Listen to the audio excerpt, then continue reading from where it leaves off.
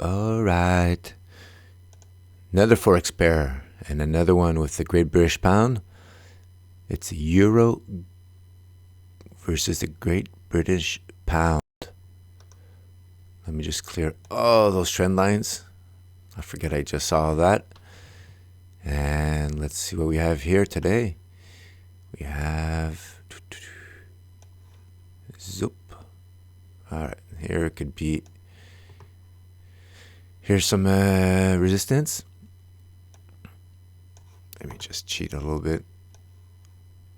Right here. Let's just focus on the immediate. Support seems to be here. And get some black area here so I could think. So right now this could be starting to be a top, tracing out.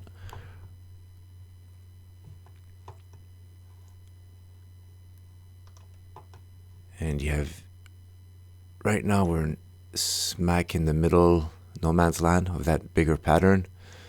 That 1 year, a year and a half, a little over a year and a half pattern.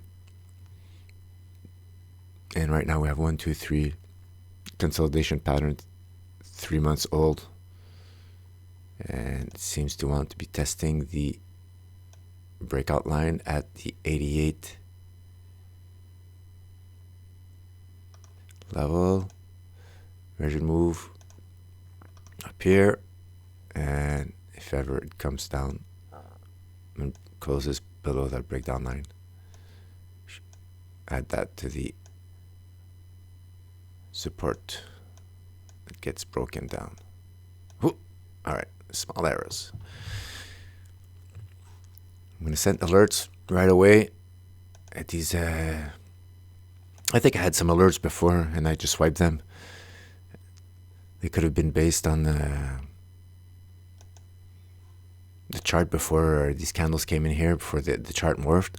So any reason I have an alert triggered, which brings me back to the chart, I just come back in and look at what I was thinking back then. But most of the time I just swipe everything and redraw lines, right? A new high, a new low. And after that, when you connect the dots, connect those highs, then the formation's not the same. Example here. I know back in the days I did an analysis, and I think it was in early 2016. I had identified this. Oh, look, I'm having difficulty here. It's more like this. Okay, something about this. And I had a descending channel, and there was a breakdown below it. And there was this consolidation pattern, this bottom formation. Now that is obvious, but before you have all these candles going up, you can't really say, this is the bottom, right? You don't know. It could even say, well, I'm still in a downtrend. I broke below my channel. This might be going even down. And that's why you always have to imagine both scenarios. You have to put the arrow. Here's a measure move. You have to always imagine, could it go up? Or can it go down? And I always try to do that, do these two scenarios. I set alerts on those breakout lines, but since I'm closer to the breakout, that's the scenario I look more for in that case. And if the price action starts going back down to test the support in that breakdown line, that's the scenario I look. Flip-flop. I'm a flip-flopper all over the place. Sometimes I say breakout, sometimes break down. As long as I have a pattern which I could use the concepts for setting my sell stop, my entry, my profit stop, I'm good to go. The rest is just noise, stuff I like to listen to, but you shouldn't really care. If you want to keep your emotional side of your brain there intact, which is probably the biggest enemy to trading. Greed and fear and all the other emotions that are subsequent to that, anxiety, pleasure, all those. And you see, this target would have been nice because the target on the upside brings me down to back to this wall. Again, a wall is support broken down, turn resistance, and vice versa. So you would have been triggered out right before hitting all that congestion area there. A++ set up this for a 1 year build up. Very nice. Nice RSI going up. Price action is flat, bottom to bottom. So can't say it's a bullish divergence, but it's not bearish, so it's all good. Okay, breakout candle reaching target almost immediately. The next month candle reach, there we go, and then we're off. And then we're off to test these right here, the 87 level.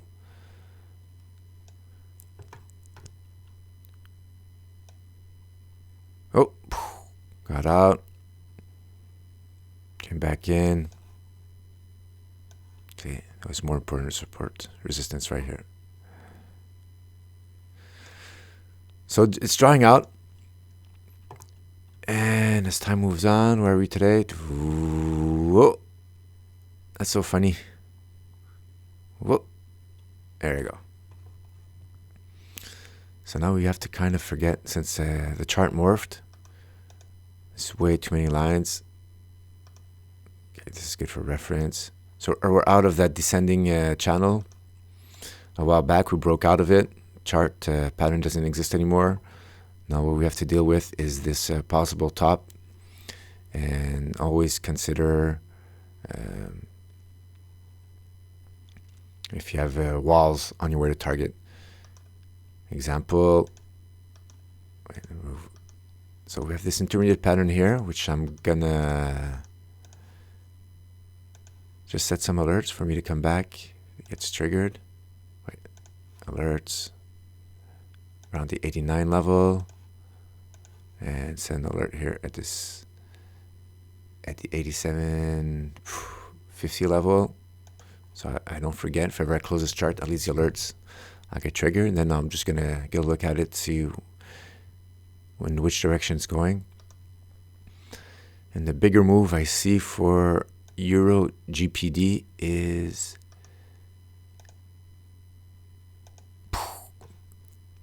this move here.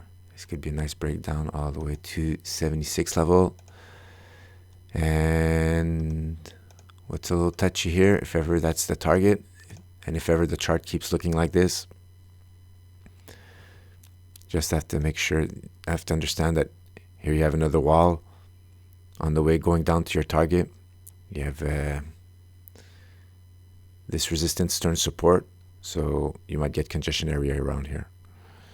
You might want to shorten that target, get a lower risk to reward, hence lower risk, same risk but lower risk to reward ratio, and maybe play it conservative that way instead of wanting to go all the way down to what the implied measure move of the chart would give you. Higher probabilities of reaching your target in a non-interfered way. That is, I value more my stress-free and my time to do other things than having to go and take care of the chart and look at it and see how I adjust my stops. I try to be more conservative, increase my probabilities of reaching my targets, but also reduce my emotional impact on my life. And that's some sort of capital, right? There's money management and there's also emotional management. And I think that's part of the equation also, to make sure that your emotional capital, the confidence you build over time, well, with usually people, it's with compliments, with doing good actions, rewards, awards, and then you build good self-esteem, good confidence capital, emotional capital, and slowly that capital could get eroded if you have if you start doing behaving less properly. You get punished. You don't get rewards. It just erodes on your self-esteem, right? So it goes either way. You build it up over time, and with non-building emotional actions, it erodes. So I guess when you don't have any more, then your emotional status sucks, right? You don't want that. You want to be on emotional strength, and you want a solid base.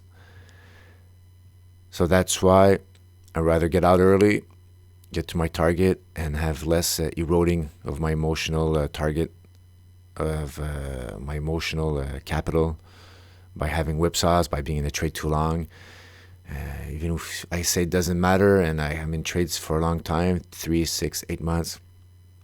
Once in a while, the longer you are, the more chances you have of crossing a news release, of hearing somebody talk about something, which on monthly candles shouldn't impact, right? There's major swings in these. These are big candles.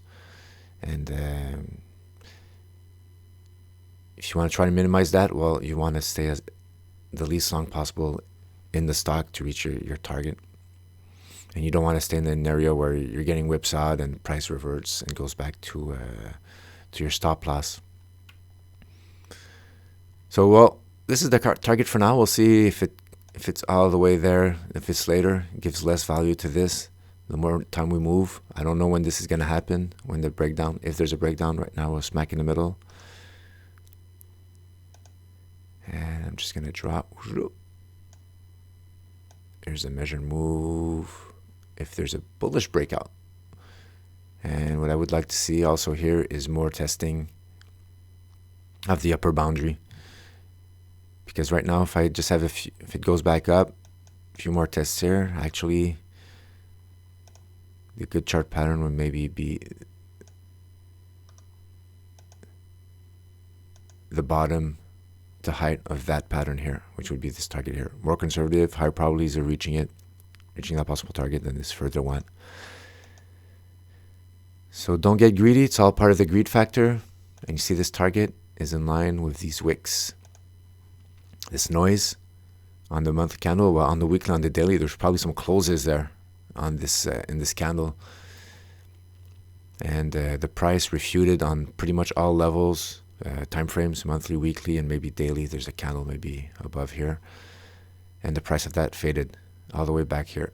So that 97 level, 97.50 level, a target above that, less probably of getting it. You'll probably hit some resistance right here around this level. So it's a nice target. I actually like this pretty much. And well, for the bottom target, this could be like a head and shoulders, left shoulder, head, maybe another right shoulder here. We'll see how it pans out, but it could be the same thing also. It could have just oops, I triggered. It could have just lines here. That's how a box forms here, and my actual target would be top of that target, of that pattern to the bottom here. I would essentially take that right shoulder as a target. And what's nice about that target is I'm right above the wall. Higher probabilities of reaching it. Sleep well at night. Don't worry about it. You know you're on the right side. You're going to play that breakout. You're going to have momentum on your side. You'll stay in the trade less long.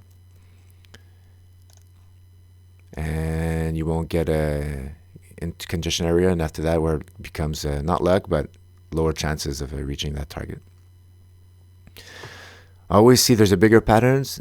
There's intermediate patterns closer to the breakout moment or breakdown. And you choose those. Get less greedy, go to another chart, and find another A++ setup where you're able to ride to your target without having walls and on your way. Well, that got pretty messy, but I have some alerts, so I could come back here. I'll come back if these important levels are broken. And if I forget all that, then one day maybe these ones will get touched, and I'll come back and see how the chart morphed and evolved. All right. That's it for a Great British Pound, or the Euro versus the Great British Pound. See ya.